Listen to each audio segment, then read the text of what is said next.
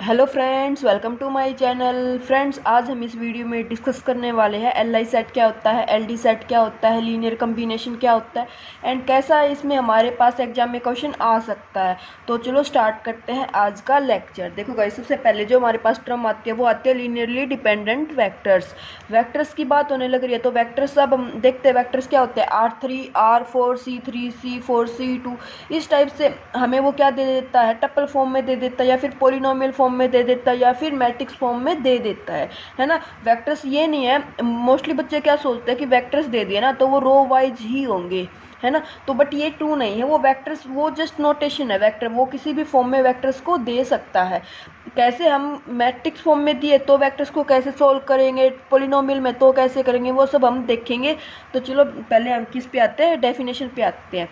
Linearly dependent vectors. The vectors v1, v2, vn are said to be linearly dependent if there exists scalar a1, a2 such an such that not all zero but their linear combination is zero. Linear combination क्या होता है guys? देखो, combination means उनको combine करना।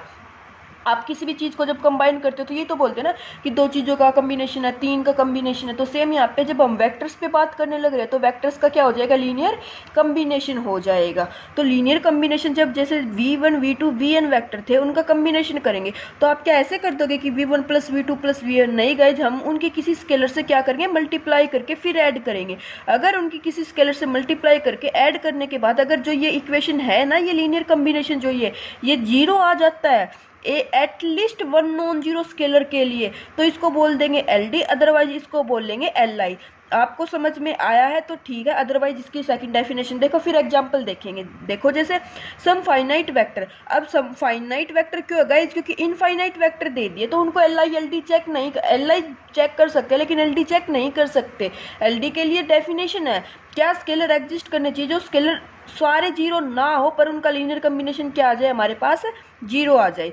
तो some finite vector are said to be LD if their linear combination can be made zero, कि हम उनका linear combination जीरो तो बना दे बट सारे स्केलर जीरो ना लेके। देखो जैसे एक आप एग्जांपल लेके चलो, आपने एक एग्जांपल लिया है 1 और 2, ये वेक्टर ले लिए, ठीक है, ये A ले लिया और एक B वेक्टर ले लिया हमने -2 और -4।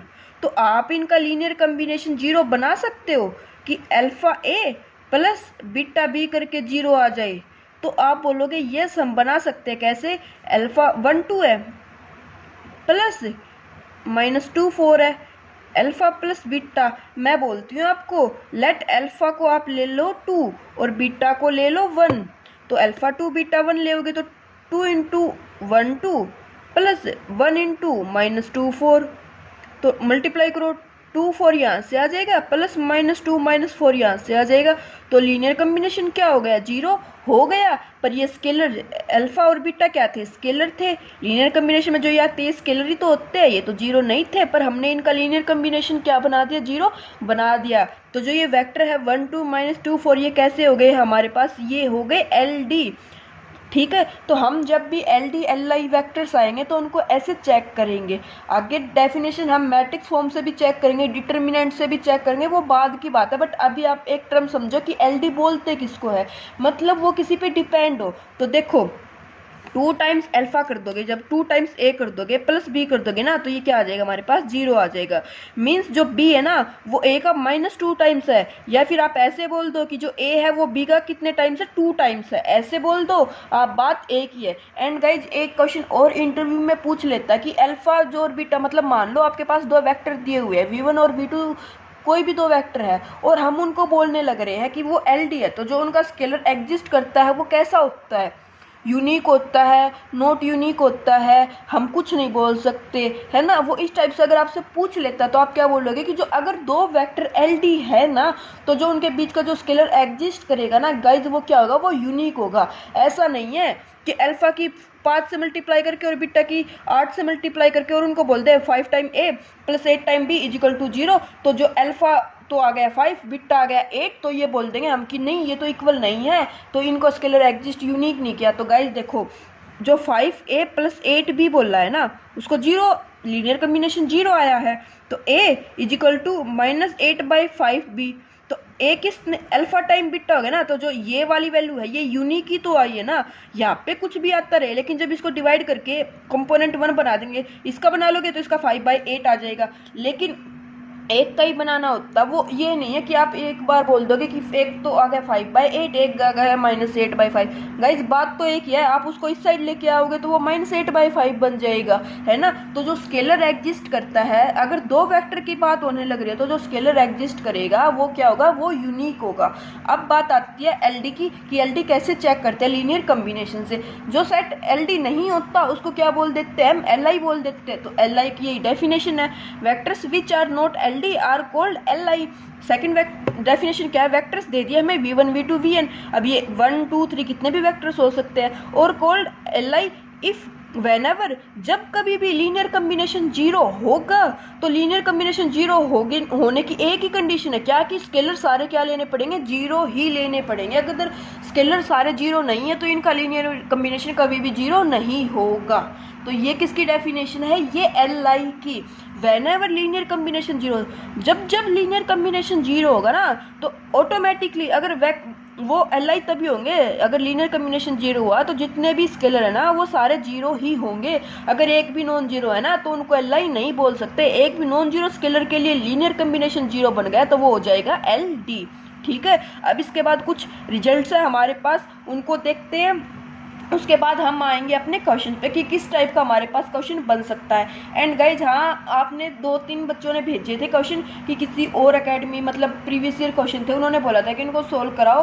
तो हाँ, मैंने उन क्वेश्चंस को जो इस टॉपिक के एलआईएलडी के टॉपिक के क्वेश्चन है ना उनको इसमें ले रखा है। एंड जो थ्योरम्स की आप बात करते हो तो मैं आपको एक बात बता दूँ, थ्योरम्स इतनी नहीं आने वाली, इतना दिमाग आप खुद भी लगाओ। आपने अभी एक एग्जाम दिया है, वहाँ से आपने पता चला कि ग्रेजुएशन का कितना आया है। जो ये रूमर्स होते हैं ना कि ग्रेजुएशन का इतना आ जाएगा, ये आ जाएगा, वो आ जाएगा, गाइज वो इतना हायर लेवल हो जाता है, इतना भी नहीं आएगा हमारे एग्जाम में, ठीक है ना। हाँ, क्वेश्चंस आएंगे ग्रेजुएशन से, लेकिन सारी थ्योरम्स ही नहीं देगा कि आप एकदम, मोस्टली बच्चों के क्या क्वेश्चन आते हैं कि थ्योरम्स थ्योरम्स थ्योरम्स थ्योरम्स इतनी नहीं आने वाली गाइज हमारे एग्जाम में, ठीक है ना। तो आप ज़्यादा थ्योरम्स को फोकस ना करके जो क्वेश्चंस है ना उनको ज़्यादा प्रैक्टिस करो, उन पे फोकस करो, क्योंकि थ्योरम्स इतनी नहीं आने वाली। और 5 से 6 थ्योरम इंपॉर्टेंट्स है, उनको स्पेशल वीडियो बना के उनको मैं बता दूंगी। अब हर लेक्चर में अगर मैं एक थ्योरम ऐड करने लगी ना तो लेक्चर बोरिंग हो जाएगा गाइज। आप क्या सोचेंगे, क्योंकि एक थ्योरम एक्सप्लेन करने में 10 से 15 मिनट लगेगी और फिर उसके बाद हमारा क्वेश्चन समझने का या क्वेश्चन करने का मन ही नहीं करेगा। इसलिए मैं थ्योरम्स अभी नहीं कराने लग रही। थ्योरम्स के लिए 1 या 2 स्पेशल लेक्चर बन जाएंगे, लीनियर जब कंप्लीट हो जाएगी ना इसकी थ्योरी, ये क्वेश्चन वाली प्रैक्टिस, तो थ्योरम्स आ जाएगी, ठीक है ना। तो आप ज़्यादा थ्योरम्स पे अभी फोकस ना करो, अच्छा रहेगा आपके लिए अगर ना करोगे तो। अदरवाइज टाइम वेस्ट करते रहो थ्योरम्स के पीछे, उनको याद करते रहो, एग्जाम टाइम तक उनको फिर से भूल जाओगे आप लोग, है ना। तो अभी ज़्यादा प्रैक्टिस करो, क्वेश्चन प्रैक्टिस करो, थ्योरम प्रैक्टिस थोड़ी ना होती है। आपको भी पता है, मास्टर्स किए हुए हो तो थ्योरम्स कैसे याद होते हैं, क्या होता है ना। तो देखो अभी कुछ है हमारे पास इसके इंपॉर्टेंट रिजल्ट क्या है। The empty set is defined to be L I. जो एम्प्टी सेट होता है उसको क्या बोलते हैं गाइस, उसको बोलते हैं L I. A set containing only 0 vectors singleton 0 is L D. अगर कोई सेट ऐसा है जो सिंगलटन 0 को कंटेन करता है तो वो एल डी ही होगा। आप बोलोगे कैसे, तो देखो एल डी बोल रहा है ना यहाँ पे, तो एल डी सिंगलटन 0 है।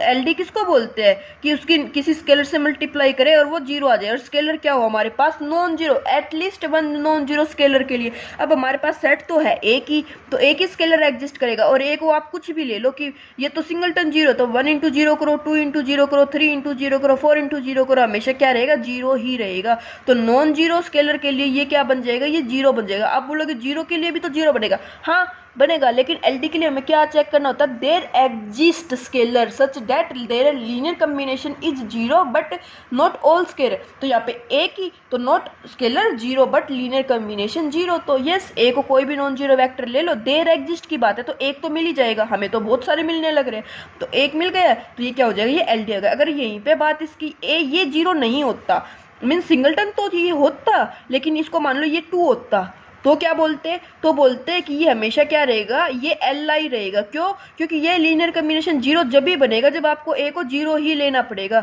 अगर 0 से अलग कुछ भी लेओगे 1 2 3 तो ये कभी भी 0 के इक्वल नहीं आएगा। तो ये एल आई की कंडीशन क्या है कि ए को 0 ही लेना पड़ेगा। तो जो नॉन सिंगलटन सेट होता है, नॉन 0 सिंगलटन सेट, वो हमेशा क्या होता है, वो एल आई होता है, ठीक है।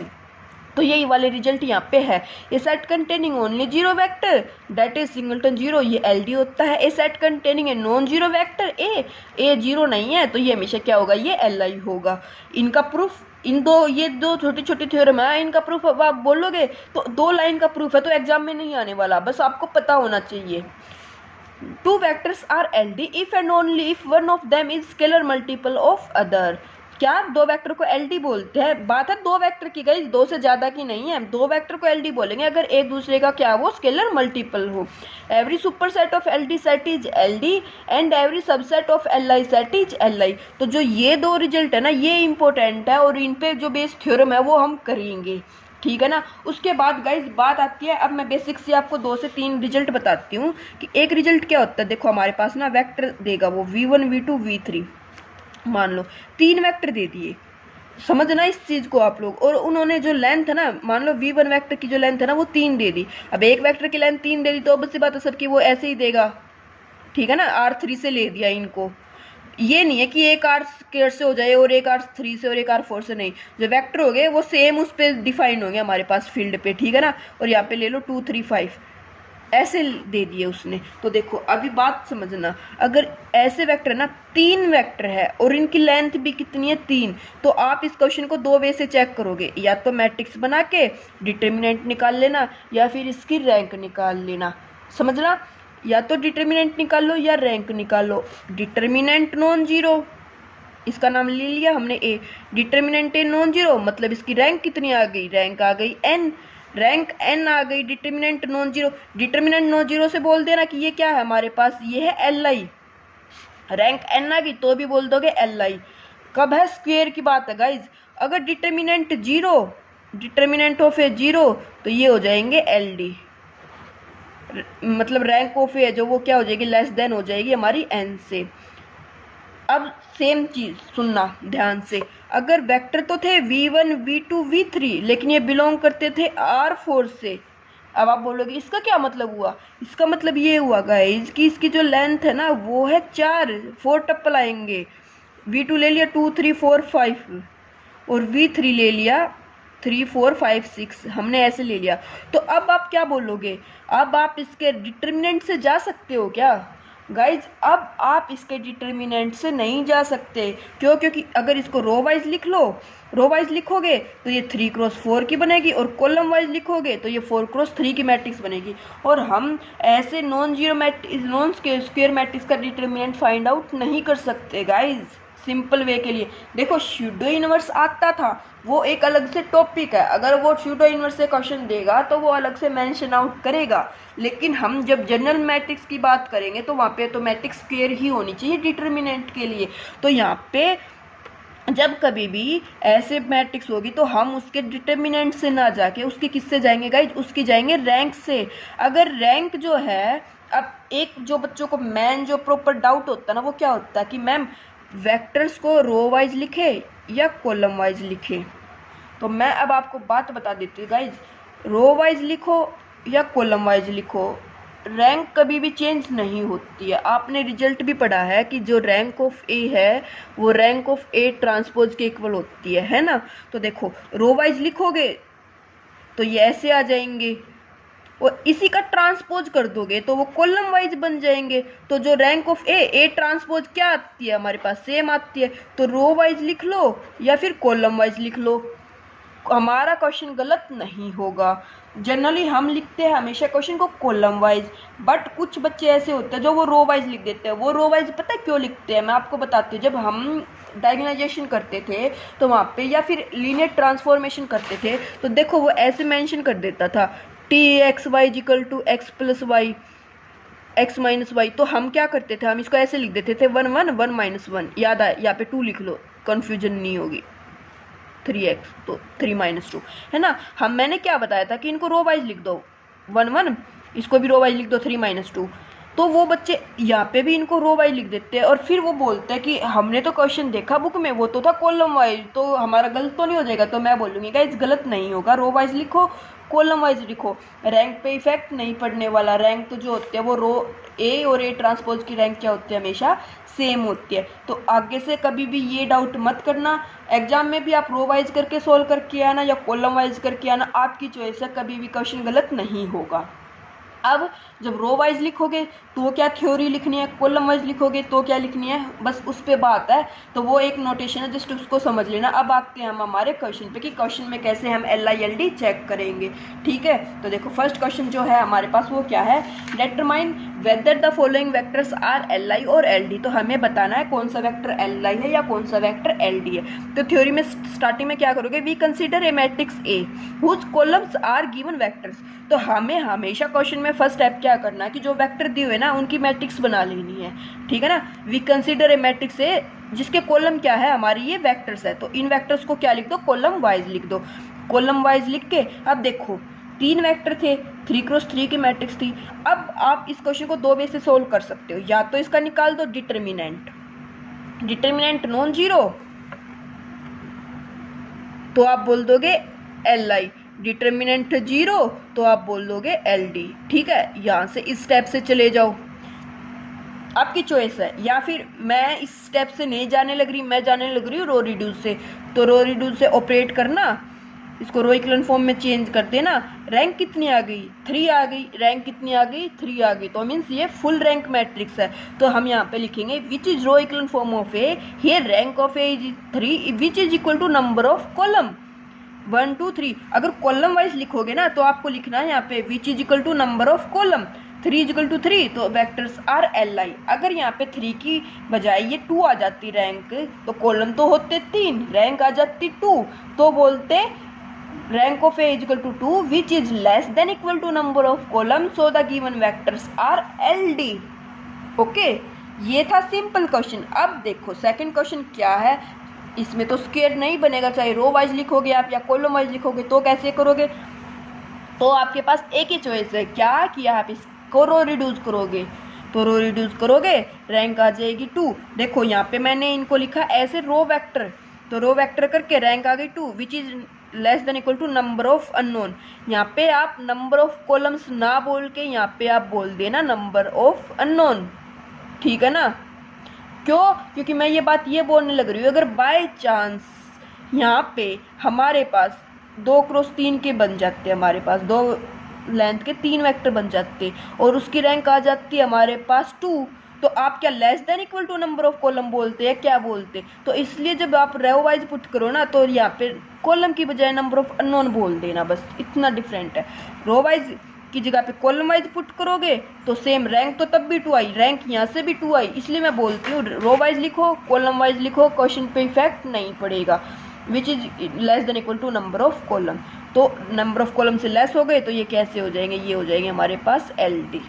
ये था सिंपल क्वेश्चन, जब वो हमसे क्या पूछता है कि LI बताओ या फिर LD बताओ। अब नेक्स्ट क्वेश्चन वो किस टाइप का दे सकता है वो देखो, फाइंड के if the vectors this are LD। ये वेक्टर्स उसने बोल दिया कि ये वेक्टर k की किस वैल्यू के लिए क्या होंगे, LD होंगे। तो हमें k की वैल्यू बताने की k को क्या ले कि ये वेक्टर आ जाए LD। तो सबसे पहले क्या है, वी कंस्ट्रक्ट मैट्रिक्स A। तो आपको वो थ्योरी लिखनी है जो अभी हमने यहाँ पे लिखी थी, we consider a matrix A whose column are given vector. तो A कंसीडर कर ली हमने, इसका निकाल दो डिटर्मिनेंट। इफ डिटर्मिनेंट 0, रिजल्ट बताया आप लोगों को, डिटर्मिनेंट 0 होगा तो ही तो ये LD होंगे। सो given vector is LD when determinant of A is 0, this implies 2k plus 8, determinant आया था ये वाला 0, this implies k is equal to -4। तो k की वैल्यू -4 के लिए जो ये वेक्टर्स है ये क्या होंगे, ये होंगे LD। ओके, या फिर आप इसको इतना छोटा ना लिख के, क्योंकि बात ये भी होती है ना कि एक ही लाइन में क्वेश्चन कंप्लीट हो गया तो बच्चों को डाउट होता है फुल मार्क्स आ जाएंगे क्या, होता है ना, ग्रेजुएशन मास्टर्स में भी आपको याद होगा। तो सेम है, क्या करो आप ऑपरेट अप्लाई कर दो, रो रिड्यूस कर दो, रो रिड्यूस के बाद लास्ट में थ्योरी ये आ जाएगी, रो रिड्यूस कर लो ना, कर लेना आप लोग। ठीक है ना, vectors are LD if rank of A, we know that vectors are LD then rank of A less than equal to number of columns. Rank of A क्या होगी, नंबर ऑफ कॉलम कितने थे 1 2 3, तो rank of A less than होगी 3 से। This is only possible whenever कि 2k minus 8 equal to 0, this implies k equal to -4। आप बोलोगे इसी को क्यों लिया, क्योंकि गाइज फर्स्ट और जो सेकंड रो है ना वो तो क्या है, वो तो LI रो है। एक पाइवट पोजीशन यहाँ पे आ गई, एक पाइवट पोजीशन यहाँ पे आ गई। हम इनको कैसे भी 0 नहीं बना सकते, तो हम किसको 0 बना सकते हैं, k वाली कंडीशन को 0 बना सकते हैं। तो k को 0 बनाएंगे तो k को -4 पुट कर दो, -4 इंटू -2 8 -8 0 आ जाएगा। तो रैंक आ गई 2, रैंक नंबर ऑफ कॉलम से लेस आ गई, रैंक 2, कॉलम 3 थे तो वेक्टर्स होंगे LD। सो k की वैल्यू -4 के लिए। तो आप ऐसे करना या फिर ऐसे कर देना, चॉइस आपकी है। मैं ये नहीं बोलूँगी ये गलत है या छोटा है, इसको मत करना, वो आप पे डिपेंड है कि आपको कैसे एग्जाम में करना है। तो LI LD कैसे पूछ सकता है, या तो वो डायरेक्ट वेक्टर दे के तब पूछ लेगा, या फिर वो एक अननोन दे देगा और उसकी वैल्यू पूछ लेगा कि किस वैल्यू के लिए LD होंगे, किसके लिए LI होंगे। अगर सेम ये बोल देता ये LI, तो k की क्या कंडीशन आती, तो k को आपको अगर LI पूछता ना गाइज ये इसी क्वेश्चन में, तो k -4 से डिफरेंट कुछ भी ले लो, ये हमेशा LI रहेगा। तो k -4 नहीं लेना है, ठीक है। ये तो था एक टाइप का क्वेश्चन। अब हम बात आते हैं नेक्स्ट क्वेश्चन पे। नेक्स्ट किस टाइप का क्वेश्चन दे सकता है, वो दे सकता है गाइज ऐसे, एक्सप्रेस द मैट्रिक्स दिस ऐसे linear combination of matrix PQR। वो लीनियर कम्बिनेशन में दे दे और हमसे पूछे कि इसको इसके लीनियर, इस मैट्रिक्स को इनके लीनियर कम्बिनेशन में बताओ, एक्सप्रेस करके दिखाओ, हो सकती है या नहीं हो सकती। तो लीनियर कम्बिनेशन अभी हमने पढ़ा था क्या होता है, वेक्टर्स का लीनियर कम्बिनेशन, क्योंकि उनकी किसी स्केलर से मल्टीप्लाई करने के बाद वो 0 आ जाए, है ना। अब हमारे पास 0 के प्लेस पे क्या दे दिया, ये मैट्रिक्स दे दी। तो इन मैट्रिक्स की किसी स्केलर से मल्टीप्लाई करके हमारे पास ये मैट्रिक्स आ जानी चाहिए, यही तो लीनियर कम्बिनेशन होता है। तो let A1 A2 A3 be the scalar such that AP, जो ये मैट्रिक्स है इसको नाम ले लो आप A is equal to this. तो A is equal to AP1 plus A2Q plus A3, A1 A2 A3 की प्लेस पे आप ABC XYZ कुछ भी ले सकते हो, वो है आपकी चॉइस। तो मैंने A1 A2 A3 लिया, तो A1P plus A2Q plus A3R is equal to A, ठीक है। अब देखो टप्पल की मैट्रिक्स की स्केलर से मल्टीप्लाई करनी आती है ना, डायरेक्ट मल्टीप्लाई हो जाएगी। अब ऐड करेंगे तो फर्स्ट में फर्स्ट एंट्री, सेकंड में सेकंड एंट्री, थर्ड में थर्ड, तो ऐड कर दो। तो यहाँ से 0 यहाँ से 0, 2A3 आ जाएगा, -3A1 प्लस 3A3 आ जाएगा, 2A1 2A2 आ जाएगा, और यहाँ से आ जाएगा A2 प्लस 5A3 0। इनको क्या कर दोगे, कंपेयर कर दोगे। कंपेयर करोगे तो फर्स्ट आ जाएगी 2A3 इक्वल टू 2, इसको इक्वेशन 1 नाम दो।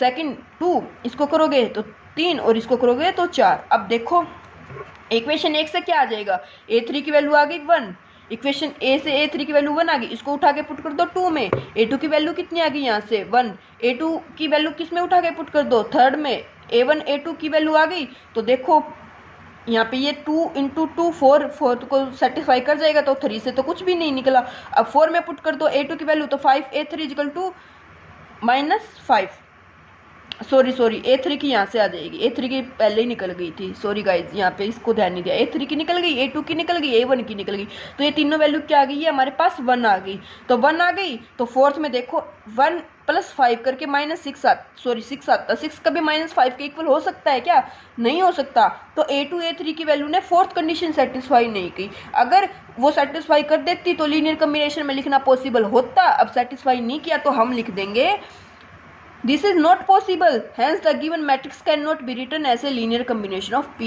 Q and R। तो आपको ऐसे लिखना है, ये था, ऐसे लिख के इक्वेशन से सॉल्व कर लो। या फिर आप इस सेम क्वेश्चन को कैसे कर सकते थे, सिस्टम ऑफ लीनियर इक्वेशन से। ऑगमेंटेड मैट्रिक्स बनाना आपको आता है ना, सिस्टम ऑफ लीनियर इक्वेशन इसलिए पहले कराया था। तो आप अगर आपको लीनियर इक्वेशन आता है तो आप उसको उस वे से भी कर सकते थे। कैसे करते देखो जरा, आप क्या करते guys, method 2, construct a matrix A by writing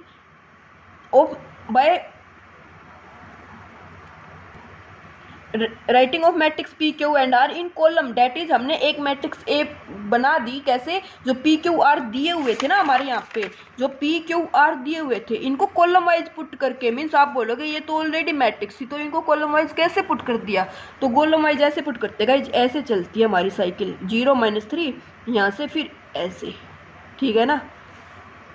PMT आपको याद हो तो मैंने आपको बताया था, PMT पोलिनोमियल मैट्रिक्स या फिर टप्पल, हमेशा उसको कैसे ट्रीट करते हैं, एज ए टप्पल ट्रीट करते हैं। पोलिनोमियल दे दे या फिर वो मैट्रिक्स दे दे या फिर वो टप्पल दे दे, हमेशा उनको टप्पल ट्रीट करेंगे। तो जो ये है ना 0 -3 2 0, इसको टप्पल ट्रीट करो, तो 0 -3 2 और 0, इसको टप्पल ट्रीट करो तो 0 0 2 और 1, इसको टप्पल पुट करो 2 0 और 5।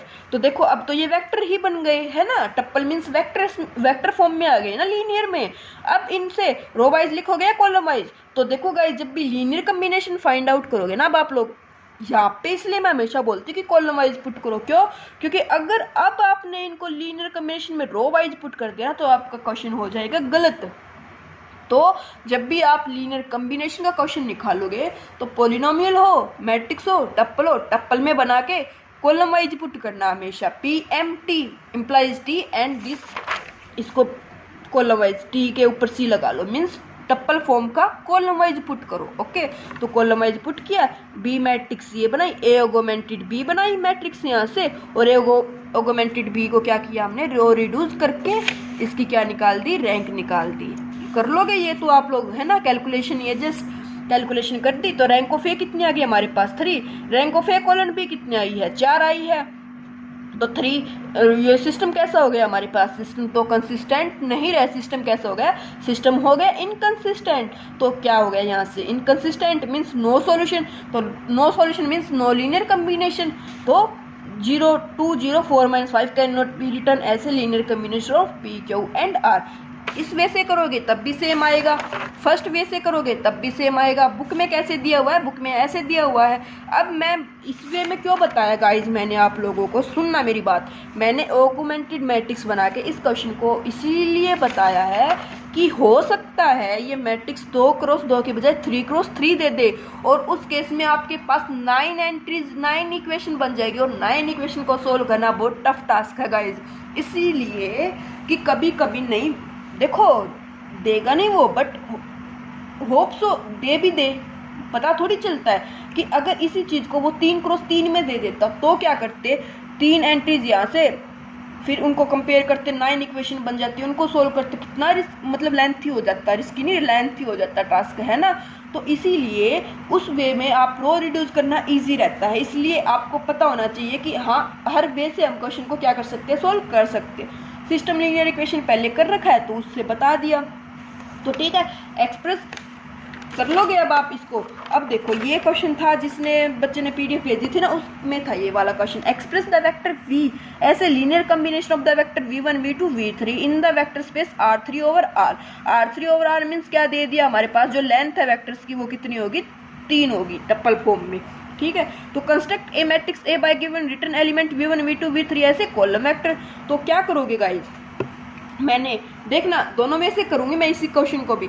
एक तो A बनाया, ए से vector B, A augmented B बना दिया। यहाँ से देखो rank of A colon B क्या आ गई, इक्वल आ गई, तो सिस्टम कंसिस्टेंट हो गया। और रैंक ऑफ ए B और नंबर ऑफ कॉलम मतलब नंबर ऑफ अननोन के इक्वल है, तो यूनिक सॉल्यूशन मिलेगा। वो यूनिक सॉल्यूशन अब सिस्टम लीनियर इक्वेशन में बताया था कैसे लिखना है कि Ax equal to b this multiply करके कंपेयर करो एक्स वाई जेड। यहाँ पे एक्स वाई जेड लेके चले थे अननोन, तो एक्स वाई जेड की वैल्यू निकाल दी और फिर v की फॉर्म में क्या कर दी, पुट कर दी। लास्ट में देखो एक्स वाई जेड निकाल के इस फॉर्म में आपको क्या करके आना है, पुट करके आना है। क्योंकि देखो v को हम लीनियर कम्बिनेशन में क्या लिखेंगे, x v1 plus y v2 plus z v3। Linear combination की डेफिनेशन तो यही होती है ना। तो बच्चे जो गलती करते हैं वो क्या करते हैं, वो लास्ट में ये वैल्यू में पुट नहीं करके आते हैं, तो यहाँ से आपका हाफ मार्क्स 1 मार्क्स रिड्यूस हो जाएगा ऑटोमेटिक। क्योंकि लीनियर कम्बिनेशन पूछा ना, तो लीनियर कम्बिनेशन तो हमें लास्ट में बताना ही पड़ेगा।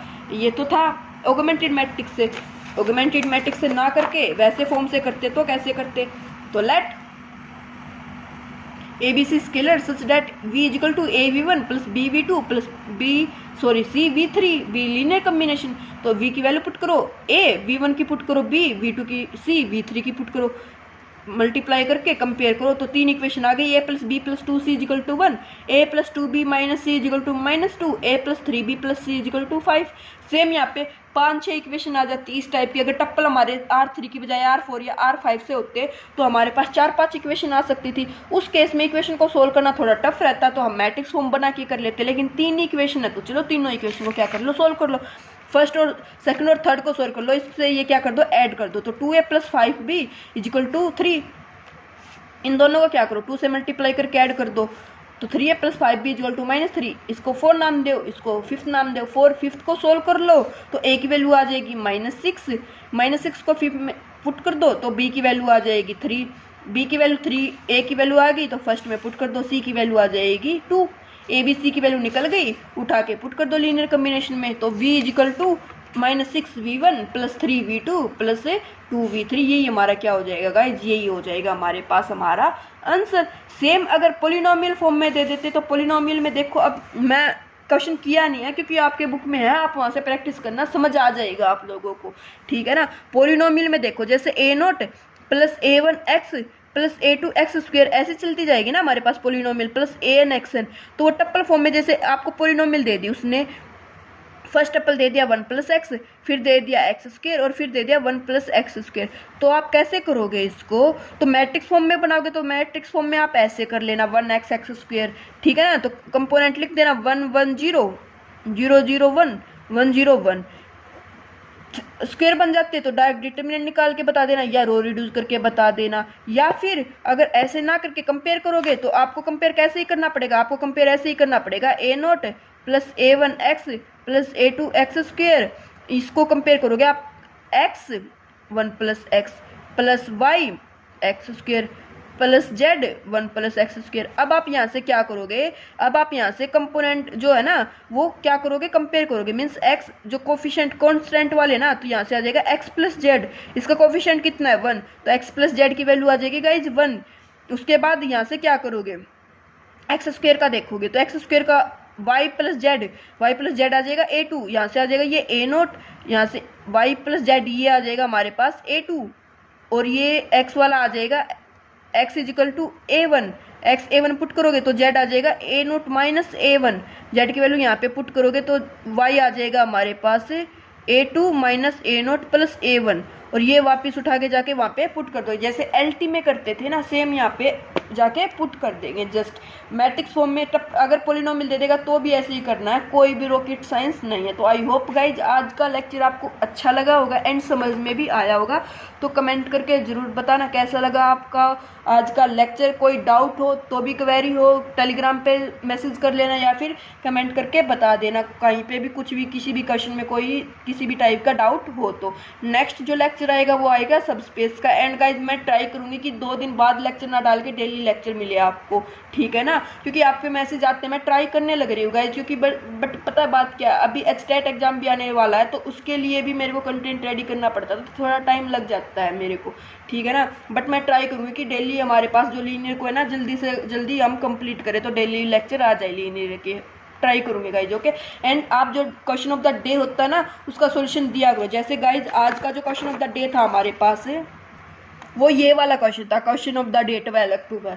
इसमें डिटरमाइन बताना था आपको set of which of the set are vector are LI, तो LI बताना, तो सेम ऐसे ही किया है मैंने। देखो आप जाके कम्युनिटी टैब में या फिर टेलीग्राम पे हो या फिर व्हाट्सएप पे, तो आप चेक कर सकते हो कि मैंने ग्रुप में इसका सोल्यूशन प्रोवाइड करा रखा है। इसीलिए मैं जो टॉपिक कराती हूँ आपको उसी का क्वेश्चन ऑफ द डे हमेशा देती हूँ, तो आप जाके क्वेश्चन ऑफ द डे को हमेशा सोल्व किया करो, एंड वहाँ पे जो थ्योरी लिखी होती है उस पर भी थोड़ा ध्यान दिया करो कि क्या थ्योरी वहाँ पे लिखी हुई है, कैसे क्वेश्चन को सोल्व किया गया है। तो आई होप गाइज आपने आज का क्वेश्चन ट्राई किया होगा, नहीं किया है तो लेक्चर देखने के बाद जाके देखना 12 अक्टूबर वाला, ये आपको देखने को मिल जाएगा इसका सॉल्यूशन, इसको ट्राई करना है, ठीक है ना। आंसर बताना है फिर कमेंट करके, और कमेंट किया करो कि आपने कौन सी अप्रोच से क्वेश्चन को सोल्व किया है, ओके। जस्ट इसको क्या किया मैंने, रो रिड्यूस करके सोल्व कर दिया। आप इसको डिटरमिनेंट जिसमें स्क्वायर बन जाएगा उसमें डिटरमिनेंट से निकाल लेना, जैसे A और D ऑप्शन है इसमें आप डायरेक्ट इसको डिटरमिनेंट से कर सकते हो, B में भी कर सकते हो, बट 4x4 का डिटरमिनेंट निकालना थोड़ा टफ है, रो रिड्यूस करके ही सोल्व कर लेना, ओके। तो आंसर इसका होगा जो होगा वो होगा C, ट्राई कर लेना आप लोग। आई होप वीडियो अच्छी लगी होगी तो कमेंट करके ज़रूर बताना, और ज़्यादा से ज़्यादा वीडियो को शेयर भी किया करो गाइज, ठीक है ना। Thank you.